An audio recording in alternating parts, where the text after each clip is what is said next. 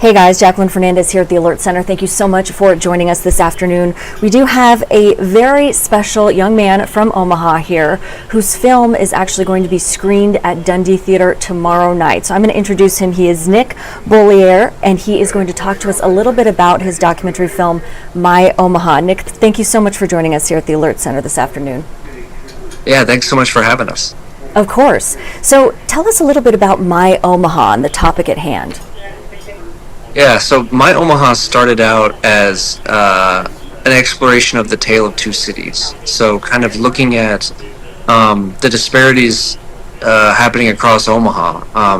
This is a movie that spanned 10 years, so I started in 2016, and I was initially kind of investigating why Omaha just seemed to have a really hard time talking about the gun violence, the inequalities happening in North Omaha to the black community. And so that was the jumping off point, was really getting to know the community and filming stories within North Omaha, getting to know activists. And then over time, the story evolved quite a bit, and it started to look at the broader political divisions happening in America, and particularly the ones happening that were affecting my life. And that culminated in an exploration of the relationship between me and my dad.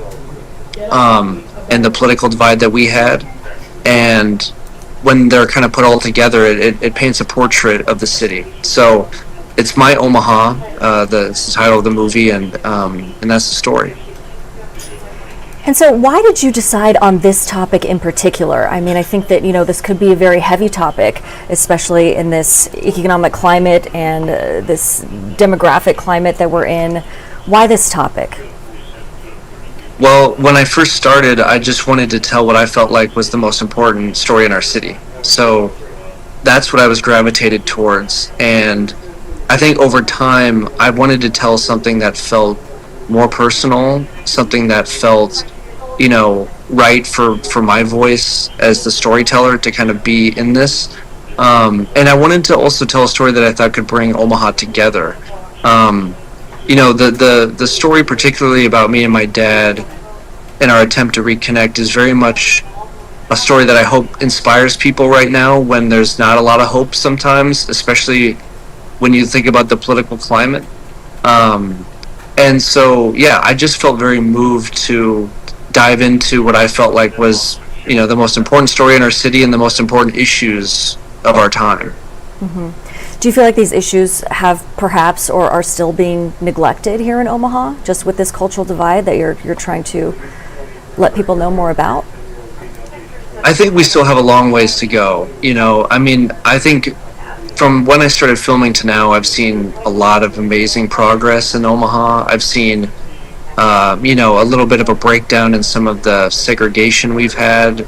There's been some amazing successes, but a lot of them are symbolic, and I think that there's still a lot of neglect when it comes to issues affecting the black community. We've seen issues with some of the police custody deaths that have happened, and just other issues that I think people still need to pay attention to.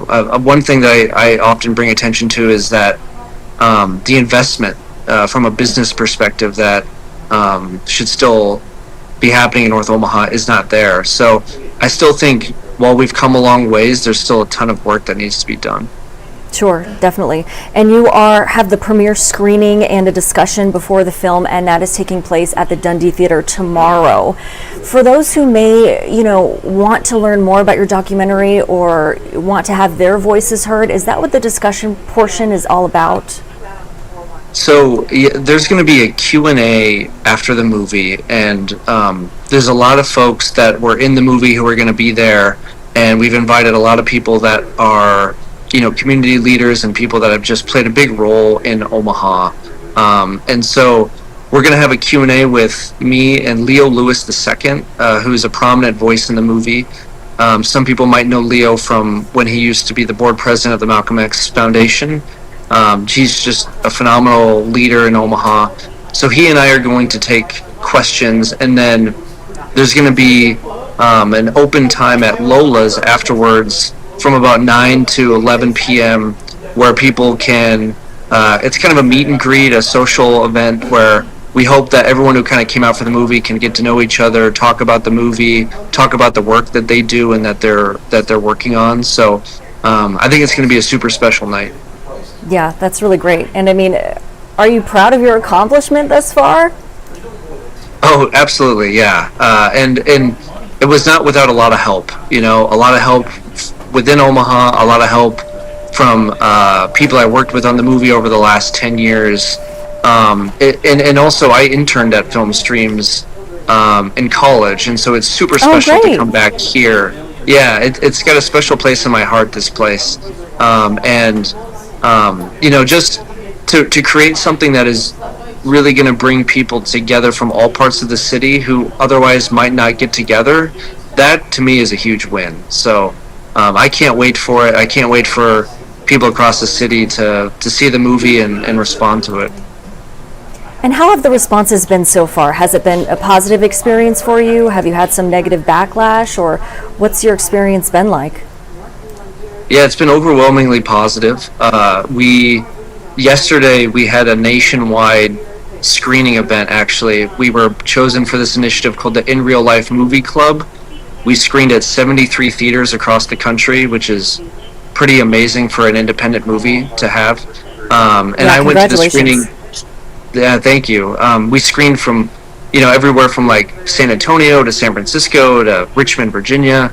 And I went to Des Moines for the screening. It was the closest one, and we had probably 50 people there. And we got a ton of great feedback. And I think a lot of people feel very seen and very heard from the movie, just given where we're at right now. People appreciate seeing a story that kind of touches on the moment, you know. Sure.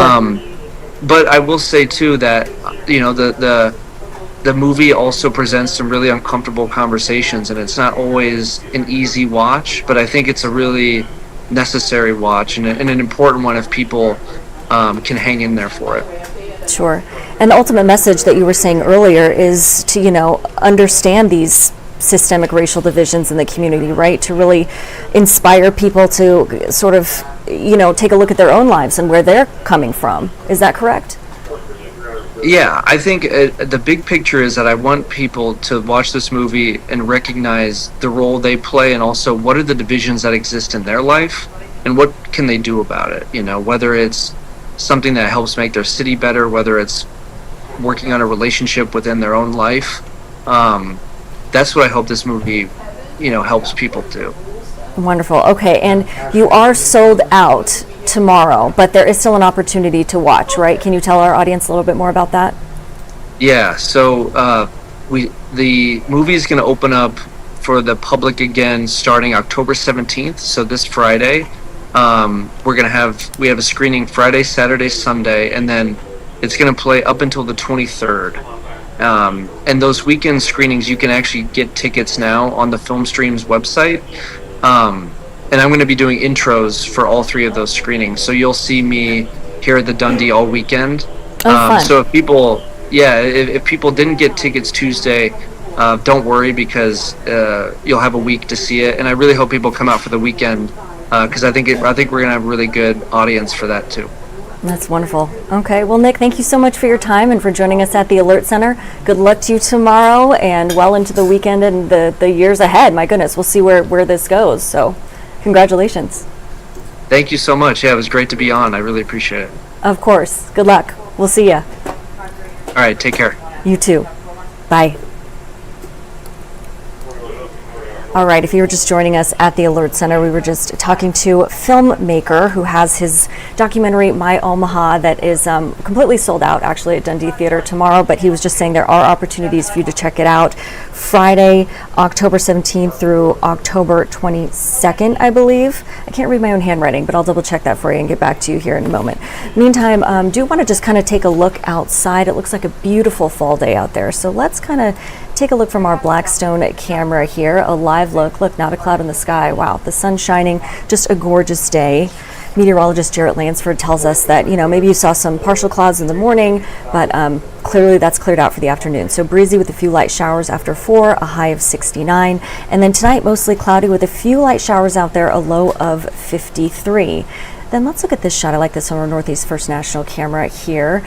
A look at the river, just beautiful. Tuesday, cloudy with on and off light showers, a high of 62. And then Wednesday, mostly cloudy and breezy with a few spotty light showers with a high of 77. So finally, I hope the fall temperatures are here to stay and we won't be seeing any more 80s this far into October anyway, so very bizarre. In the meantime, for all the latest and greatest stories that we are working on, you can head over to our website. That's firstalert6.com. Here we go. I'm going to refresh this grid for you. And these are the top stories that we're working on. Our digital team, I always like to give them a shout out. Whoop, whoop. And also, for in-depth weather, you can have First Alert 6 weather and get the nitty-gritties from Jarrett Lansford as well. Now, in the meantime, do just want to say thank you so much for joining us at the Alert Center, and hopefully we'll see you for our first broadcast at 3 p.m. with our Dave Zavolinsky. Until then, enjoy the sunshine.